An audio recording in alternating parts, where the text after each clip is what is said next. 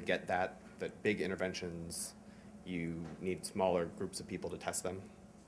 It's sort of the big thing. Okay, cool. So I'll be around later. We can talk more. And now I'd like to introduce Jenna Lowenstein, who's going to talk about email list growth. Thank you. I'm Jenna. Hey, guys. So a quick show of hands, who might have participated in the webinar about this already? Just want to make sure I'm not. Okay, great. That's awesome. There will be twice as many people who have all of the awesome information that we're about to talk about. The reason we're focusing so much on email today, as Patrick talked about a little bit at the beginning of his presentation, is email is how we're going to get people to give us money, and it's how we're going to get people to do the things that we want them to do on the internet. And if we want more money and we want people to do more things on the internet, we need a bigger list. And I think one of the biggest challenges working in a state party, from my experience at least, is sometimes the lists are small and sometimes they're unresponsive. And because there's often a lot of staff turnover, you guys know that like the list might have been treated differently a year ago and 2 years ago and 3 years ago. And so you're often starting from scratch and have to figure out how to make what you have work for you and then how to grow on top of it. So those are the two sort of categories of things we're going to talk about today. So when you're thinking about list growth, the first thing you can do is maximize the performance of your current list. And then the other two things are thinking about ways to grow the list for free and thinking about potentially investing a little bit of money and growing your list with paid ads and paid acquisition. So when you're talking about maximizing performance of your list, this is absolutely the first thing you should think about when you're thinking about list growth. It's the easiest thing you can do, because if you can get, Nick was just talking about conversion rates. If right now you send a fundraising email and you convert 0.5% or 1% of the people who get that email to give you money, and that's your sort of average conversion rate. If you can figure out how to run a little bit stronger, cleaner email program and up that conversion rate to 3% or 2.5%, that's the equivalent of having a list that's twice as big. So listen to what Patrick said earlier. He had a lot of good advice, but it sort of boils down to being human, sending relevant content to people who will be interested by it, and asking them to do something. I will stop for a second on the relevant content to people who will be interested and mention segmentation, which Patrick talked a little bit about, but I want to sort of belabor because I should belabor it. It's equally as important to not send irrelevant content to people who won't care as it is to send relevant information to people who will care. So if you know, for example, that you want to, the example Patrick used earlier about trying to get volunteers for GeoTV, it actively damages your list to send that email to people outside your state or who aren't in driving distance. If you're DPVA and you're sending a volunteer email to people in New Jersey, they're going to unsubscribe and they're going to feel not valued. So anything you can do to customize the thing you're asking them for is going to pay itself off. So step one, maximize the performance of your list. It's easy. It's not easy, but that's what you should focus on first. But once you're running a program that you think is strong and you think that you've seen some growth in the conversion on your list and people are starting to respond, you can start thinking about making your list bigger because you're always going to want to reach more people. And if you have important things you're asking them to do, you want to ask more people to do them. We're going to break organic growth down into two kinds of options. The first is sign-on campaigns, which is broad. And by sign-on campaign, I mostly mean anytime you ask someone on your list to put their name on something without asking them for money. They come in lots of different shapes. And the second thing is list swaps, which are magical. And my first political digital job was in 2010. And I went out to Ohio, and I had done digital for organizations before, but I'd never been on a campaign, and nobody told me about list swaps. And so I was at this big disadvantage because this is how everyone grows their lists on campaigns, and no one told me. So I'm going to tell you guys today about them, just in case you're not doing them. They're great. But first, sign-on campaigns. This should, in many ways, be the backbone of your email program. You know that the people on your list care about the work you're doing, so if you talk to them about it, it's a pretty easy ask to say, hey, will you put your name on this thing?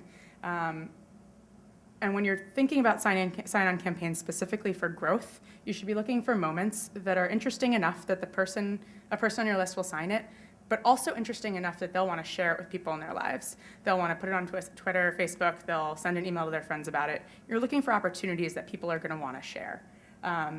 So if you're thinking about growth, that's like an important second step. It's not just the people who are already in your community who have to care. You're looking for things that might have a little bit broader impact or broader appeal than the things you already care about. So for example, in Virginia, a sign-on campaign, just to have a sign-on campaign might have been something about the minutia of Ken Cuccinelli's, tax policy, if he had one. I don't think he did. But if I'm thinking about growth, I'm going to send a sign-on campaign about Ken Cuccinelli trying to get between women and their doctors, because I know the people on my list are going to sign it, and I know then they're going to share it with people in their communities who are going to get fired up. Here's a great example of a sign-on campaign from Louisiana, and I think we have some Louisiana folks in the room. They sent a sign-on campaign last week or the week before asking folks to support the minimum wage. It's a great issue for Democrats. We know that. We know the folks on our list care about it. We know it's in the news, so people will engage on it. I recommend doing stuff like this. We do stuff like this all the time. Petitions are slightly different, although you'll hear people talk about them interchangeably. Often with petitions, you're asking so with sign-on letters, I'm saying, hey, put your name on this sort of open letter because you support the minimum wage. With a petition, we're asking somebody to do something concretely. So I'm saying, you tell Republicans to condemn Rush Limbaugh. You're trying to get an actual action out of the target of the petition. I'm going to show some of my bias and also Nick Gaugh's bias at this table from change.org. We found pretty astoundingly at change.org that if you could prove to people that the thing you were asking them for was real, that the thing that you wanted to get with the petition was achievable, action rates skyrocketed. So rather than saying, John Boehner, stop being stupid, it might be something like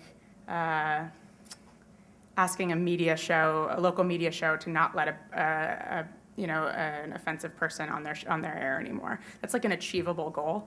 You should try it out with your list, see what one works better. But at Change, petitions with achievable results just were phenomenally successful.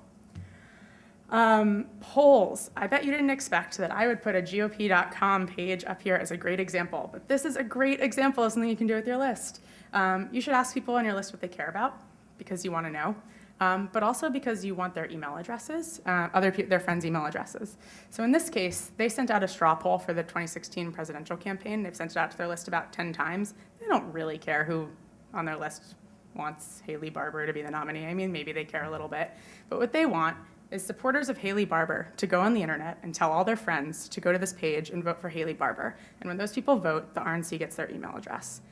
So polls like this, where you have invested parties who are going to drive their own supporters to your website, are incredibly powerful. I worked with Stephen Handwerk a few years ago at National Stonewall Democrats, and when I came on board as the comms and internet person, we had an email list of 8,000 people. And the way we built that list was through a single poll like this. We had some PAC money that we wanted to give out, and we said that we were going to let our supporters decide. And we put a poll online, and we reserved basically 2 maximum PAC contributions for the winners of this poll. And we let the campaigns push it out on social media, and basically grew our list to 100,000 people in one campaign.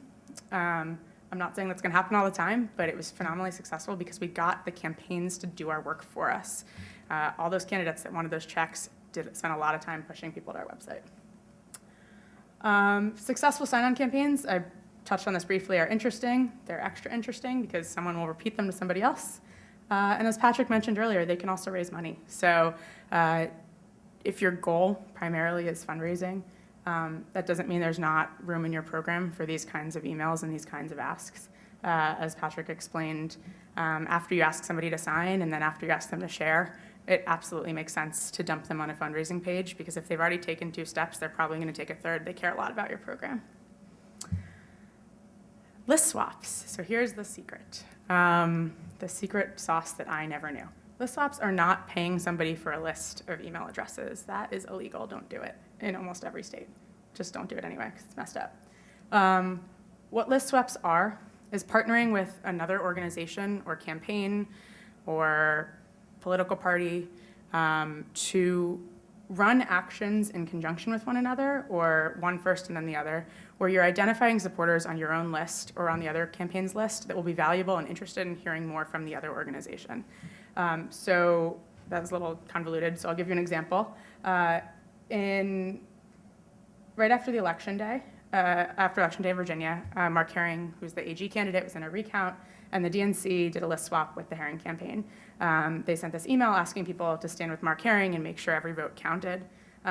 People who clicked on that link went to this landing page, and Nick, I don't know if you can read it, but it basically says, the last line of the landing page is join the Herring campaign to something. Make sure that every vote Yeah. is counted. Yeah, so we're being explicit in this situation, and you're saying, we want you to sign this petition because you're gonna stand with Mark Herring, but also you're joining Mark Herring's campaign. We're gonna share your information with Mark Herring, that's what that means. So we share that information with Mark Herring's campaign. He gets to talk to those people about volunteering, he gets to ask them for money, and sometime down the line, once he's actually been elected Attorney General, he returns the favor. You know, he talks to folks in his universe about supporting the DNC and gives them the same kind of sign-on option to come back to our list. This is super powerful. I think you guys understand that your best supporters are going to have already been identified by somebody else, and that's like an easy way to find them. Here's another example. We ran a joint campaign with all the other national committees around unemployment insurance, where we all ran the same sort of sign-on letter at the same time and swapped. When people signed, they knew they were joining all the organizations, and then afterwards, we swapped anyone who wasn't on the same lists, on each other's lists. Legally, you swap an equal number of people. We'll get into the details in a second, but there's tons of opportunities to do this stuff. It's a capacity lift. It's not an easy thing to do, but it's a great way to identify people who you know care about issues that you're working on. Golden rules, and I should have probably put this one first. Talk to your lawyers. This varies state by state, the way that you should do this. And you should not take anything I say today as legal advice, because I am not one.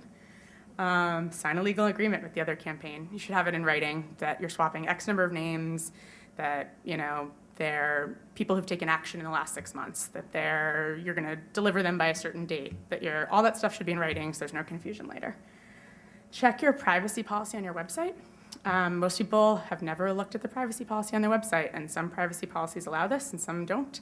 And you can definitely change yours, but don't get caught doing it if your privacy policy says that you'll never share your supporters' information. Use clear opt-ins and disclaimers. So when you're asking your supporters, when we said, dear Matt, you should support Mark Herring because he's a Democrat and you're a Democrat, click here.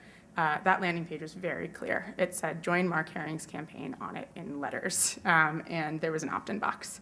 That's super important. You don't want to swindle people, and the people who know where they're going are going to perform better for your partners anyway. So you want the people who want to join that campaign, and be honest and upfront. Talk to your lawyers. Just do it. And then some tips about how to make this work better once you decide to do it. You should swap folks on your list who take action. You don't want to just send random people on your list, which if you're doing this correctly won't happen anyway because you need somebody to take that action. You want to send people who are active and who are going to do stuff for your partners. They send active people back. And when you're thinking about partner organizations, think about people whose communities are like yours. In Virginia, we swapped with all the other statewide campaigns and thought about other sort of high-profile statewide campaigns around the country from the cycle before who had active lists that were engaged on issues that our campaign was about. We did a lot of messaging around Ken Cuccinelli and women and how that was a heinous disaster waiting to happen. And so it was a really, really great thing for us to do a swap with the McCaskill campaign coming out of the Aiken race. That was important for us to have done. And you should think about the transition. So when you bring these people onto your list, you don't just want to dump them in and give them your messages. You want to give them some acclimation, let them know how they got there. A great way to do that is the first email they get comes from a principal of the other organization. So ideally, the Mark Herring folks who end up on the DNC's list should get an email from Mark Herring. That would be a really, really great transition. It could also be a campaign manager from the other campaign. It could be, some sort of figure that list is already familiar with, explaining in some way the transition and asking them to get involved. That's free things. And free things are great and can get you really, really far. Paid acquisition is another option and comes in a couple of forms. And I will say that I'm going to touch on these briefly, but if you are not working with a consultant, we're mostly going to talk about the third thing here. Because there's some really great self-serve options that are easy to do and very, very low cost. Whereas the first two, if it's a sophistication game in lots of ways, and I wouldn't run my own search program probably for a major campaign. I would do it with a consultant. You're just sort of going to lose out against the folks who are doing it with consultants, but we'll run through everything. Search is when you are running ads on search terms on things like Google. You can run ads on search terms about your own candidate. You can run ads on search terms about other candidates. And you can run ads on search terms about things that are in the news. So you could be in New Jersey, for example, running on Bridgegate search terms. That would be like a relevant news thing to be doing. The one thing about search ads is if you do have the sophistication or a consultant that can help out with them, they're one of the fastest in terms of return on investment because you often get very quick upsell because people are looking for your candidate on the internet. If someone's going to Google and types in Terry McAuliffe and they click on that link that you sponsored, they're doing it for a reason. It might be because they hate him, but there's a good chance they want to give him some money and you help them find the website. Social. You see these ads all the time. They are what makes Facebook uncool now, but they also work. There are two kinds of Facebook ads primarily. I'm not going to talk about Twitter ads because nobody's proven any sort of ROI yet, but maybe they will at some point. They have not yet.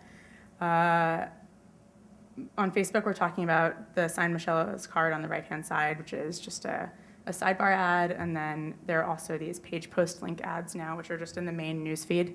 I can say we've had more success with the page post link ads at this point, but you can explore both options. The thing about Facebook ads that I will say that if you take nothing else, if you're going to go do a Facebook campaign, a Facebook ad campaign, and you take nothing else away from this, it is do not listen to Facebook about it because they will tell you that you should be running these ads to get followers of your Facebook page. And that is useless. Don't do that. I mean, it's not useless in that you want people on your Facebook page, but if you're going to spend money on running ads, you want those people on your email list so you can communicate with them in the future. As Patrick said earlier, if someone's on your Facebook page as a fan, they might see your content and they might not. If you get somebody on your email list, you can go back to them over and over again and you can be reasonably convinced that your emails hit their inbox. That's where the value is in Facebook advertising.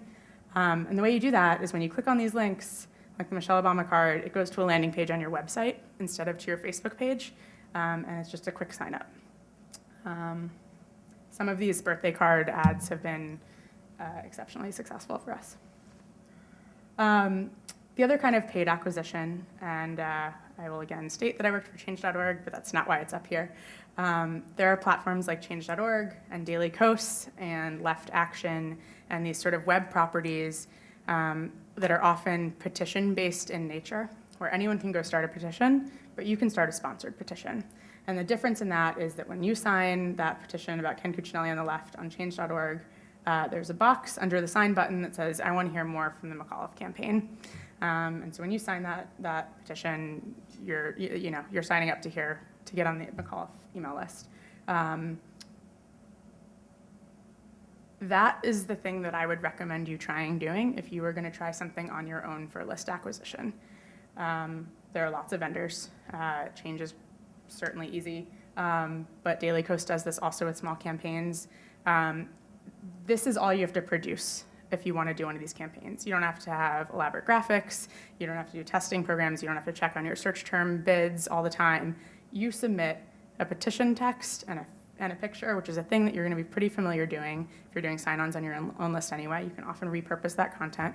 And they do the work for you, and you're not paying for impressions. So on Facebook and on Google, you're paying generally by 1,000 impressions. So you pay a certain amount of money for every time they show the ad. With these, you're only paying for the number of people who actually sign the petition and give their email address to you. It's just like an easy entry point, and I'm happy to talk through how to do it with anyone. That's it. That's all I got. Any questions now, or we can circle up after in the back? On the paid petitions, Mhm. Once they send the provider the email, is that exclusively yours, or does the hosting entity also receive that? So the host also receives the email, but the value for you is that those organizations, but they also, yeah, and they promote the petitions. So with the case of change.org, if you sign a petition about, women's rights on the platform, you'll see after that a sponsored petition about women's rights. With Daily Kos, they actually send sponsored emails, so they'll email their list talking about a sponsors campaign. So, yes. I guess the principle is the same in terms of fundraising on your social media, but Mhm. is just posting to your social media, like Yeah. sign up for our list. Totally. So, I wouldn't say sign up for my list. I would say sign this. I would say sign this petition, or you can try out different messages. But you're going to ask people to do things that involve giving you their email address. Absolutely, yeah. That's most of the content that we post online includes a sign up link. Yes.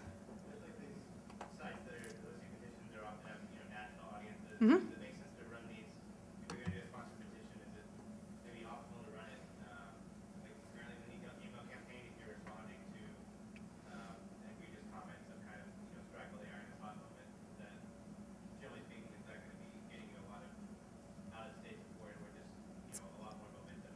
It's totally possible. I should say I know for certain with Change and Left Action, I don't know about Daily Kos, you can target the audiences of those petitions. So you could just run it in Virginia or whatever. But I also think that those are great avenues for actual advocacy, like you're saying. Like if you want to demonstrate outrage about something that's happening in your state, that's a great platform to do it on. Absolutely.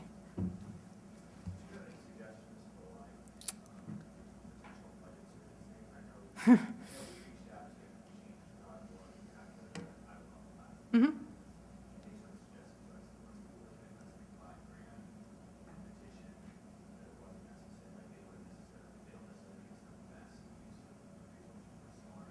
Do you suggest that we send like a grant or $2,000 as how to do it, or try to save up and do it later? So I think that there's sort of two questions there. And the first is, the thing they're getting at there is that it's tougher it's tough potentially to run like a well-powered test of that program. Why don't we connect about that offline? I'd be happy to talk you through it. Great. We are getting close to time, so I'd love to pass it over to Elizabeth Eady, who is our spectacular creative director and sends you all of the beautiful emails that you get. Well, not all of them, but many of them. And I want to note that I did not design those Facebook ads. She did not. We're now going to talk about brand consistency following. Yeah, actually, we're going to start with branding right now. Inconsistent brand. Yeah. So without an image, there is no perception. We're going to play a little game right now. I want you to think about the image that comes to mind when I say a couple of words. We're going to start with the best word, Elizabeth.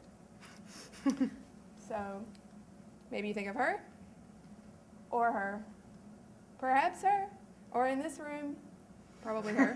Yeah. Next, we're going to go to another favorite word of mine, cookies, perhaps chocolate chip, oatmeal, or maybe that guy. So a designer was involved here. We created a character, and there's licensing. Or maybe her. That's branding. So what do you think of when I say Democrats? Any of these? Wonderful people? That guy? My job is to make you think of this.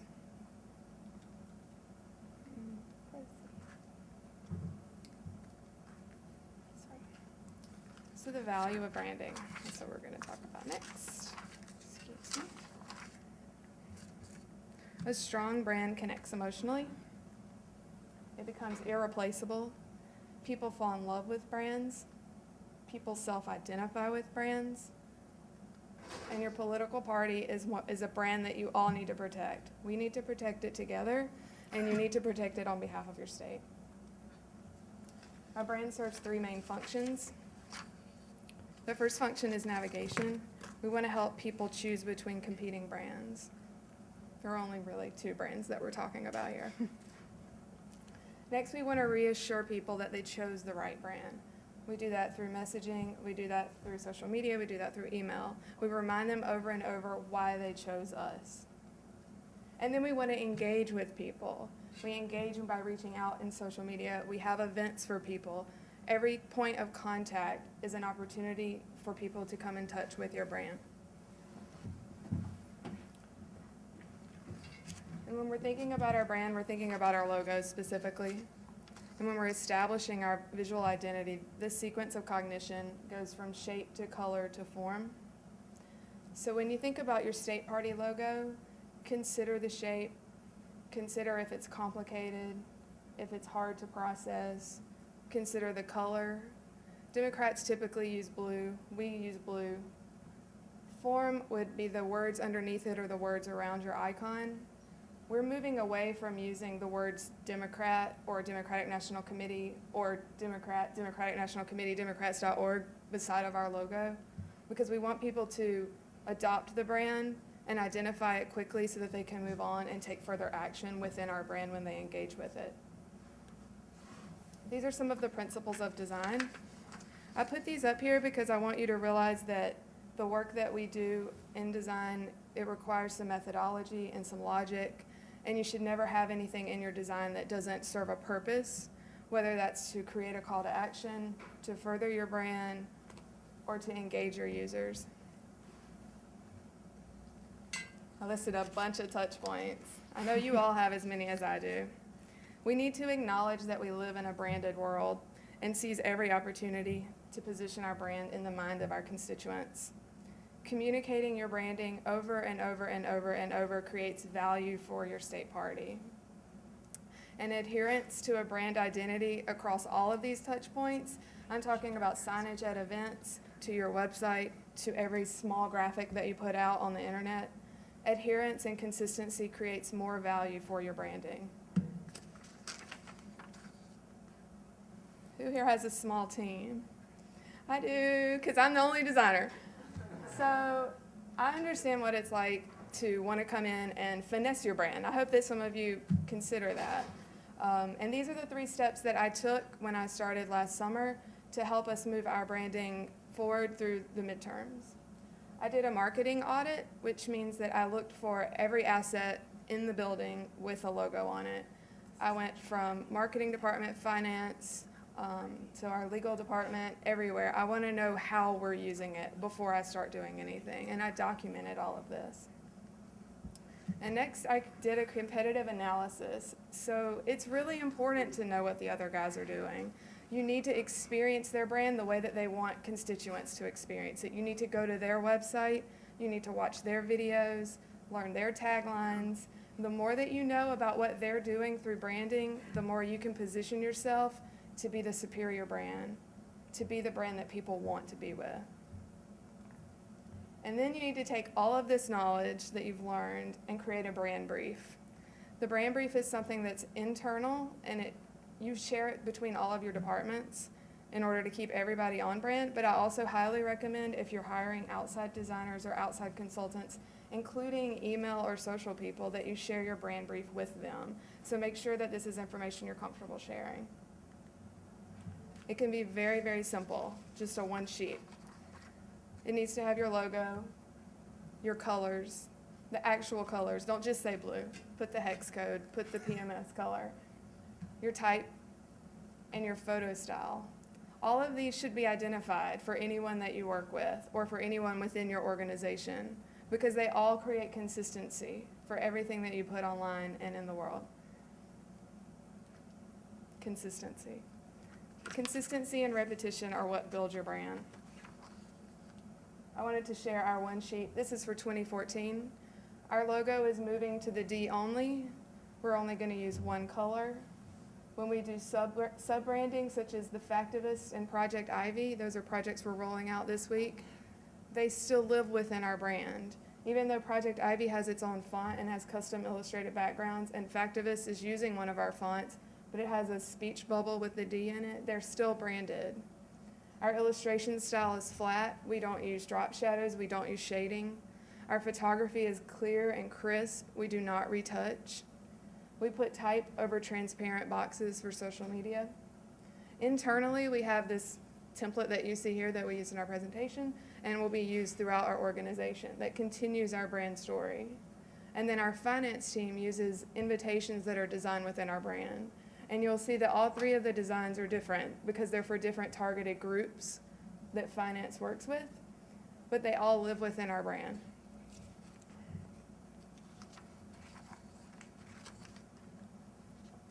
This is what I think you're all thinking.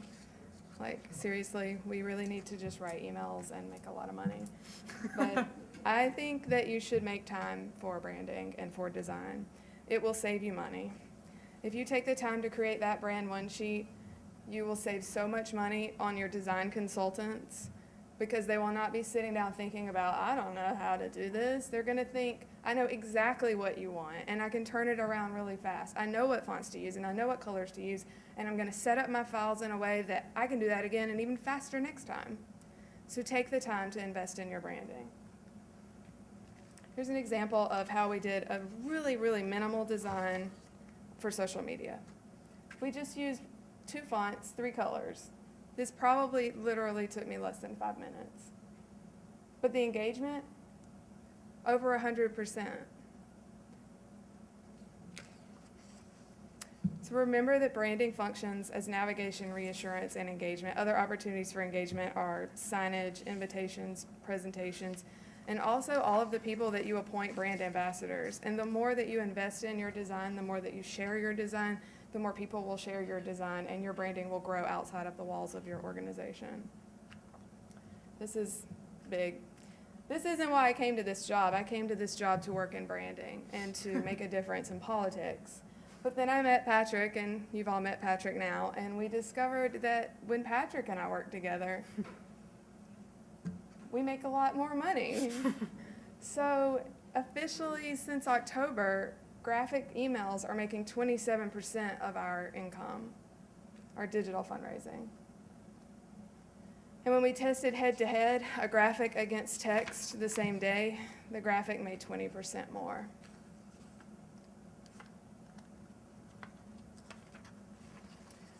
These are some samples of graphics for email that we did this month. I want to point out that, one, you would never see the entire graphic like that. You would see it just the top part, and you would be scrolling through your email. A lot of our users are looking at these on mobile devices, so a good rule of thumb for the writers is to write haikus. So we break up all the text to be very minimal number of words per line. And we know that everyone is skimming, so we highlight certain parts of the graphic. I'll just scroll through these really quick. See, there's a little example where we went off-brand to be very scary.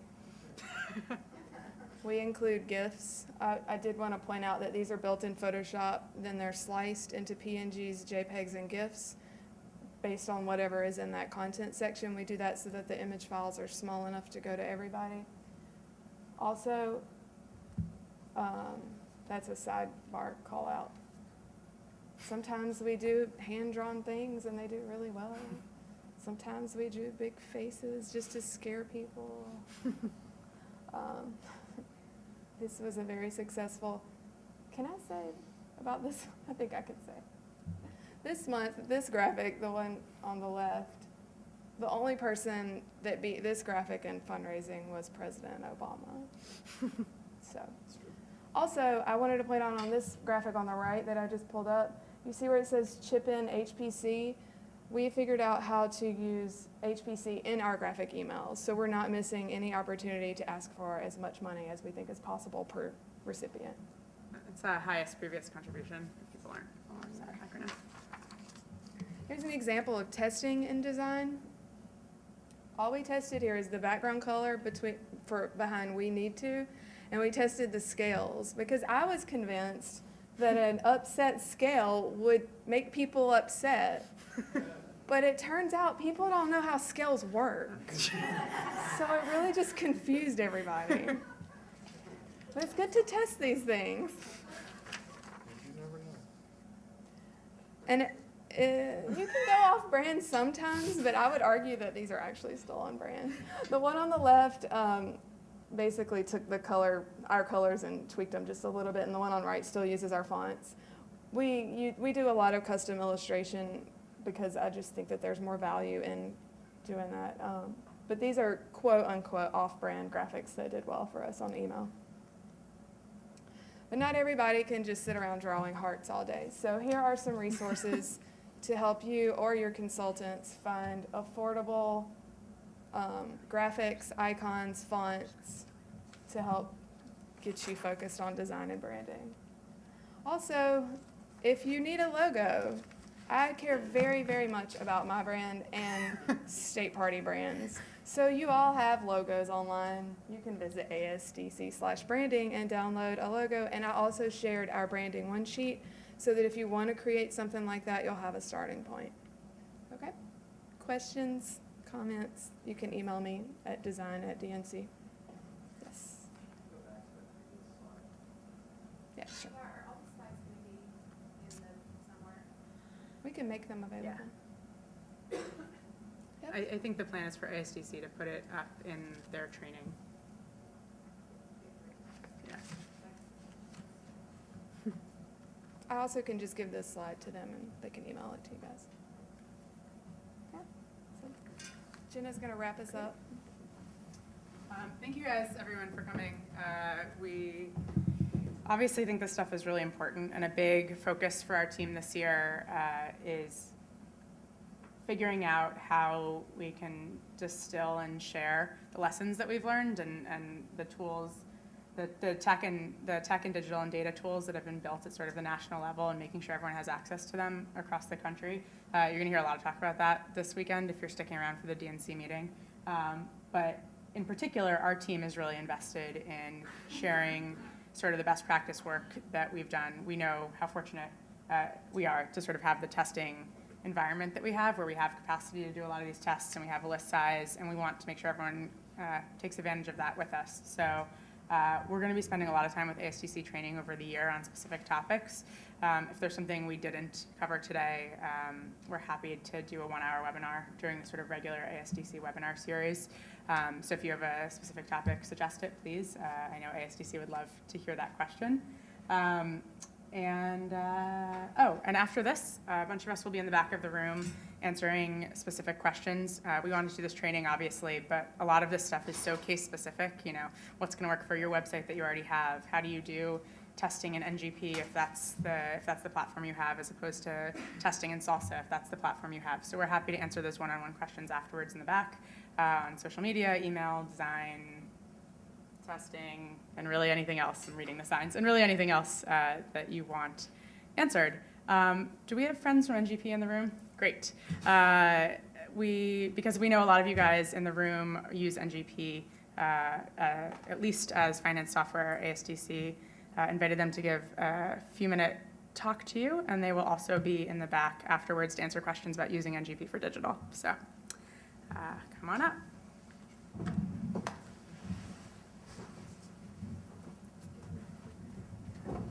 Clicker's on the thing.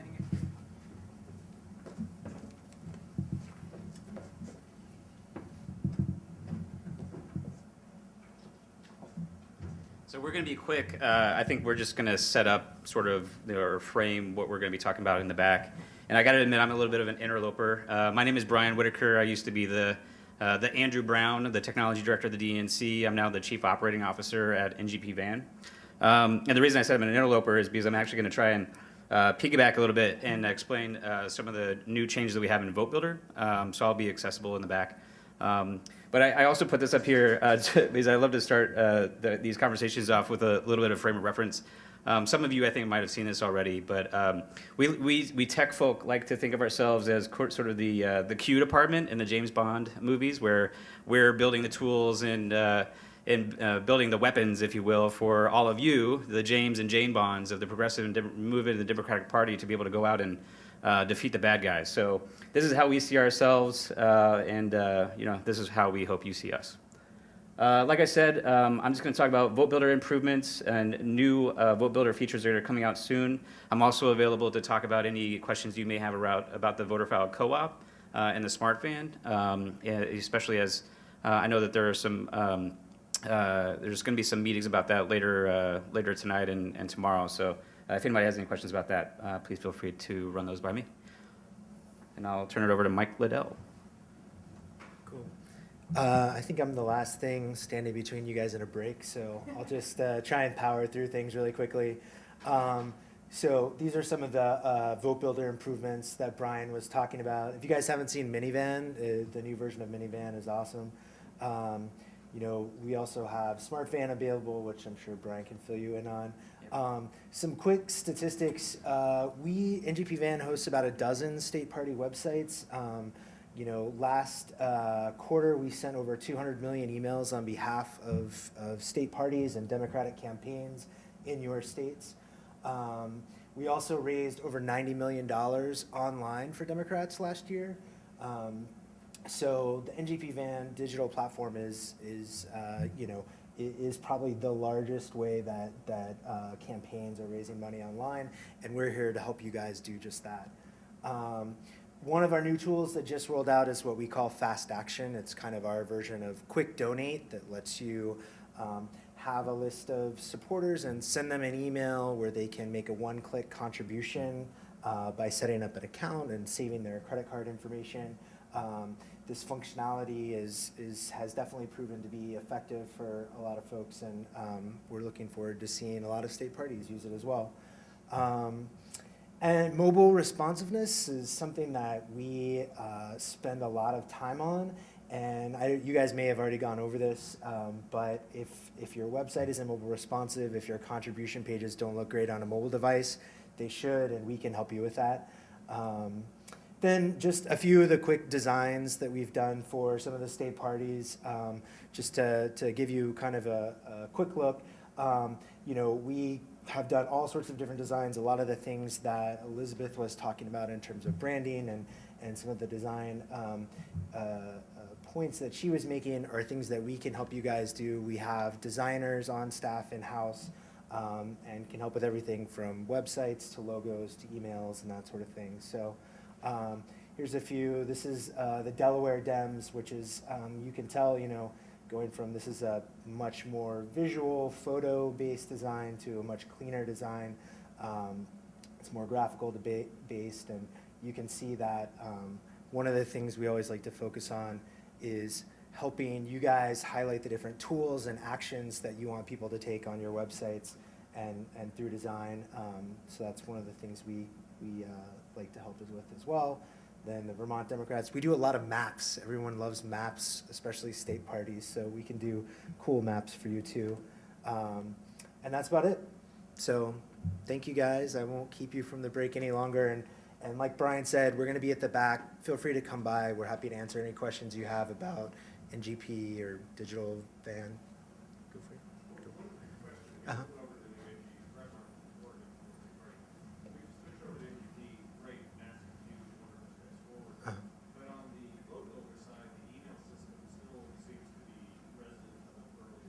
Yep. And wondering when, given how important this is. Yep. Everybody uses the NGP side, particularly when we get Yep. what's the timeline on an upgrade? So right now, we're moving people over to Cape, we don't. Right. It's this year, and I think it's by Q3 of this year. Quarter 3 of this year. Yeah, and it's exactly, and so as you referenced, just to give some other folks some context, the emailer in NGP is very powerful. It's way better than Van Blast email, which many of you have probably tried and struggled with trying to make work. It's just really simply that, just blast email. The NGP module is going to be ported over to Van, so it'll be standardized across both platforms.